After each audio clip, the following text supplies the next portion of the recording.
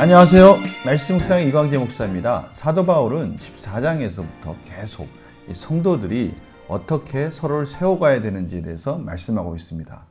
특별히 믿음이 연약한 자들을 비판하거나 업신여겨서는 안 된다라는 그 부분을 계속 강조하면서 교회가 하나 되어 하나님이 기뻐하시는 공동체를 만들어가는 그 방법과 그 말씀 안에서의 그 비결을 지금 계속 설명하고 계십니다. 오늘도 바로 그 부분을 계속 이어가고 있습니다. 오늘은 사도 바울이 또 어떻게 그 부분에 대해서 강조하고 또 전개해 가는지를 같이 말씀을 나누면서 또 저희들 삶 속에서 저희 교회를 위해서 공동체를 위해서 저희들이 헌신하는 자로 세워지기를 간절히 소망합니다. 제가 기도하고 시작하겠습니다. 하나님 아버지 감사합니다. 오늘도 하나님께서 저희들을 부르시고 또 하나님이 주신 그 은혜를 가지고 어떻게 공동체를 세워가실지 말씀하시는 음성을 듣기를 원합니다. 성령님 조명하여 주셔서 열매로 이어지게 하여 주시옵소서. 감사드리며 예수님의 이름으로 기도드립니다. 아멘. 제가 로마서 15장 1절에서 13절 말씀을 봉독해 드리도록 하겠습니다. 믿음이 강한 우리는 마땅히 믿음이 약한 자의 약점을 담당하고 자기를 기쁘게 하지 아니할 것이라. 우리 각 사람이 이웃을 기쁘게 하되 선을 이루고 덕을 세우도록 할지니라. 그리스도께서도 자기를 기쁘게 하지 아니하셨나니 기록된 바 주를 비방하는 자들의 비방이 내게 미쳤나이다 함과 같으니라. 무엇이든지 전에 기록된 바는 우리의 교훈을 위하여 기록된 것이니 우리로 하여금 인내로 또는 성경의 위로로 소망을 가지게 함이니라. 이제 인내와 위로의 하나님이 너희로 그리스도 예수를 본받아 서로 뜻이 같게 하여 주사 한 마음과 한 입으로 하나님 곧 우리 주 예수 그리스도의 아버지께 영광을 돌리게 하려 하노라.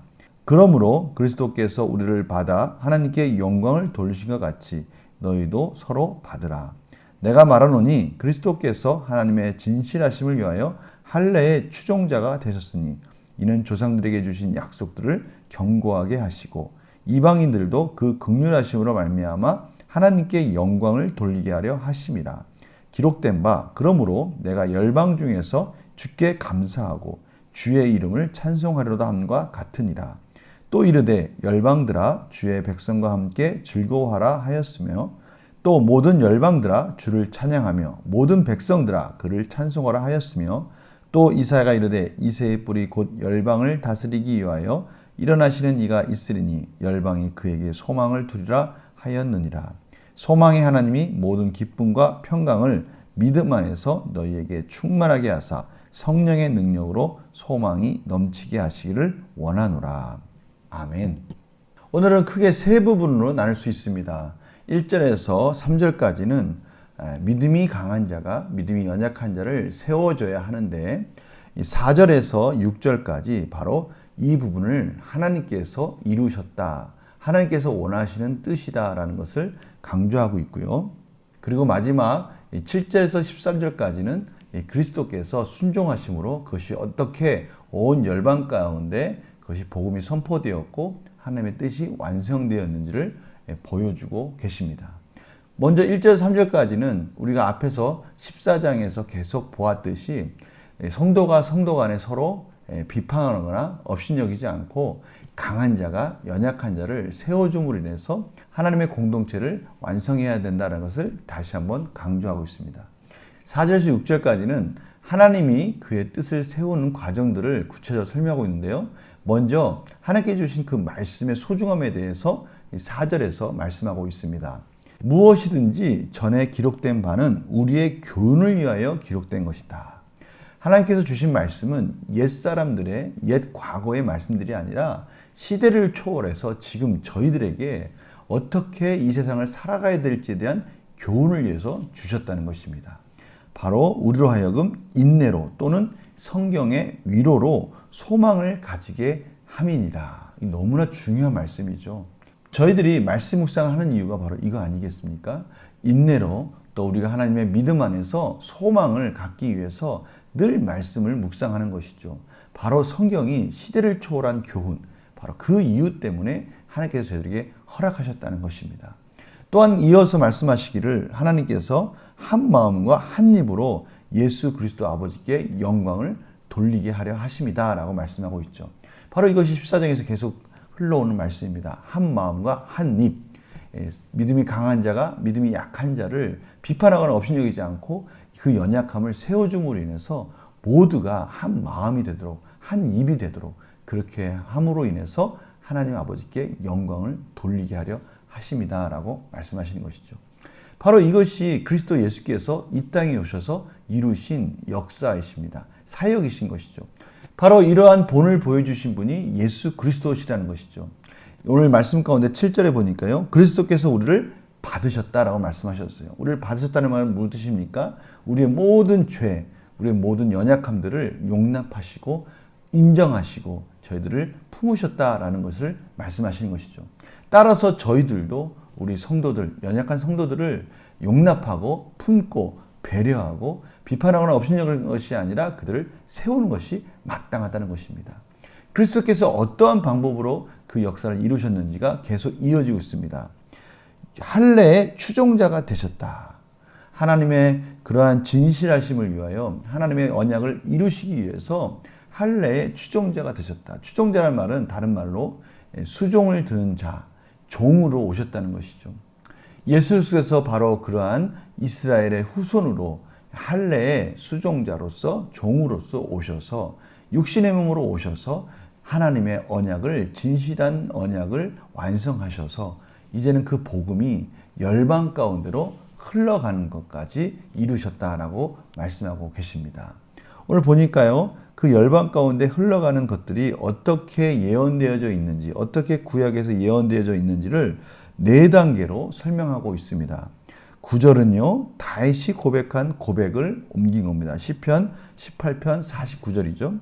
10절은요. 모세가 고백한 말씀을 옮긴 거고요. 11절은 역시 시편 기자가 고백한 말씀을 옮긴 거고요. 12절은 이사야 선지자가 예언한 말씀을 옮긴 겁니다. 이러한 것들을 통해서 하나님께서 궁극적으로 최종적으로 완성한 말씀이 13절 말씀이죠. 소망의 하나님이 모든 기쁨과 평강을 믿음 안에서 예수 그리스도를 믿는 그 믿음 안에서 너에게 충만하게 하사. 그 기쁨과 평강이 뭡니까? 예수 그리스도의 언약이 완성되는 것들을 보았고 이제는 저희들이 그 예수 그리스도의 구원의 역사가 완성되어지는 것들을 믿음의 눈으로 바라본다는 것입니다. 이것이 얼마나 기쁨이고 평강이냐는 것이죠. 또한 그러한 것을 충만하게 하시는 것들을 봄으로 인해서 우리가 성령의 능력으로 소망이 우리 안에서 넘쳐기를 계속 원한다라고 사도 바울이 마무리하고 있습니다. 예수 그리스도께서 친히 이스라엘의 후손으로 오셔서 하나님의 언약을 완성하셨고 이제는 저희 안에서 성령의 능력으로 그것이 또 저희들을 통해서 완성되어져 가는 것들을 바라본다는 것입니다. 이것이 얼마나 큰 은혜입니까? 그것은 결국 궁극적으로 우리의 연약한 성도를 세움으로 인해서 한 마음과 한 입으로 저희 교회 공동체를 통해서 또 완성되어져 간다는 것이 오늘 말씀의 핵심 메시지입니다. 그런 문제를 풀어가면서 더욱더 구체적으로 우리 삶의 적용으로 들어가 보도록 하겠습니다. 바울은 믿음이 강한 사람은 마땅히 무엇을 해야 한다고 말합니까? 믿음이 강한 성도는 당연히 믿음이 약한 성도의 연약함을 받고 그들을 인정해주고 배려해주고 세워줌으로 인해서 이웃사랑을 실천해야 된다라고 말씀하시는 것이죠. 바울은 그리스도께서 덕을 세우신 모습을 어떻게 설명합니까? 이스라엘 할례의 추종자, 할례의 수종자, 종의 모습으로 오셔서 하나님의 그 언약을 신실하게 완성하셨다고 말씀하십니다. 그러나 이것은 단순히 이스라엘의 구원만이 아니라 열방에까지 그 복음이 흘러가도록 하셨다는 것이 다윗의 입을 통해서 모세의 입을 통해서 이사야 선지자의 입을 통해서 각 선지자의 입을 통해서 그것들이 증명되어졌다라고 말씀하시는 것이죠. 예수 그리스도의 그 순종, 그 모든 연약한 자들을 용납하시고 그들을 품으신 것이 결국 하나님의 신실한 언약을 완성하면서 온 인류 가운데 그 복음이 흘러가게 하셨고 그 복음이 결국은 온 성도들, 그 성도들의 사랑이 또 연약한 자들을 품게 만드심으로 인해서 한 교회가 한 마음으로 하나님을 찬양하도록 인도하셨다라고 말씀하고 있습니다. 연구와 묵상 보겠습니다. 바울은 왜 유대인과 이방인 모두에게 서로를 받아들이라고 권면합니까? 그것이 바로 예수 그리스도께서 저희들에게 보여주신 본이십니다. 예수 그리스도께서 저희들을 받아주셨어요. 예수 그리스도께서 저희들이 연약한 죄 가운데 있었던 저희들을 용납하시고 저희들을 품으셨기 때문에 하나님의 언약이 신실하게 완성되었고요. 그 언약이 이스라엘에서 열방으로 흘러가서 온 유대의 구원을 완성하셨습니다. 그것은 또 성경이 저에게 주는 교훈이지 않습니까? 오늘 4절 말씀 가운데 하나님이 저에게 복음을 주신, 말씀을 주신 그 이유는 시대를 초월하는 그 진리를, 교훈을 가르쳐 주시기 위한 것인데요.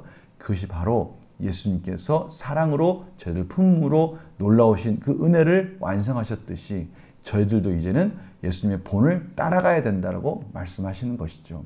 느낀지 보겠습니다. 예수님을 본받아 서로 하나가 돼야 한다는 바울의 말에서 무엇을 느낍니까? 뭐 1분도 괜찮고 2분도 괜찮고요. 우리의 그런 삶들을 한번 돌아보는 겁니다. 성도들에 대해서 우리의 신앙생활의 모습이 어떠했는지를 돌아볼 때 저희들의 연약함들을 깨닫게 됩니다. 그것이 바로 결단과 적용으로 가는 것이죠. 결단과 적용 볼까요? 내 모습 중 공동체의 덕을 세우기 위해 고쳐야 할 부분이 있다면 무엇입니까? 주변에 연약한 자를 세우기 위해 오늘 내가 해야 할 일은 무엇입니까? 저는 오늘 질문을 보면서 이런 부분을 생각해 봤어요. 덕을 세우기 위해서 피해를 주지 않기 위한 이 소극적인 면은 있었지만 혹시 적극적으로 연약한 성도를 돌아보는 그러한 사랑이 없지는 않았는지 돌아보는 시간을 가졌습니다. 저희들이 믿음이 강하다고 하면서 저희들 스스로는 잘 지키고 있고요. 남한테 해를 주지 않으려고 저희들이 많이 노력하는 부분이 있는 것 같아요. 우리 성도들 보니까요. 교회에 오셔서 우리 성도들 간에 서로 피해를 주지 않기 위해서 그렇게 노력하는 모습은 보입니다. 그러나 오늘 예수님께서 보여주셨던 그 본은 적극적으로 그 성도들의 연약함을 품는 데까지 가셨어요. 사마리아 여인을 찾아가셨고요. 죄인들을 찾아가셨어요. 의인들을 찾으러 오신 것이 아니라 죄인들을 찾으러 오셨다고 적극적으로 세리들을 찾아가고요. 병든 자를 치료하기 위해서 찾아가셨어요. 바로 저희들이 이러한 부분을 또 본받아야 되지 않는가라는 부분을 생각해 보았습니다.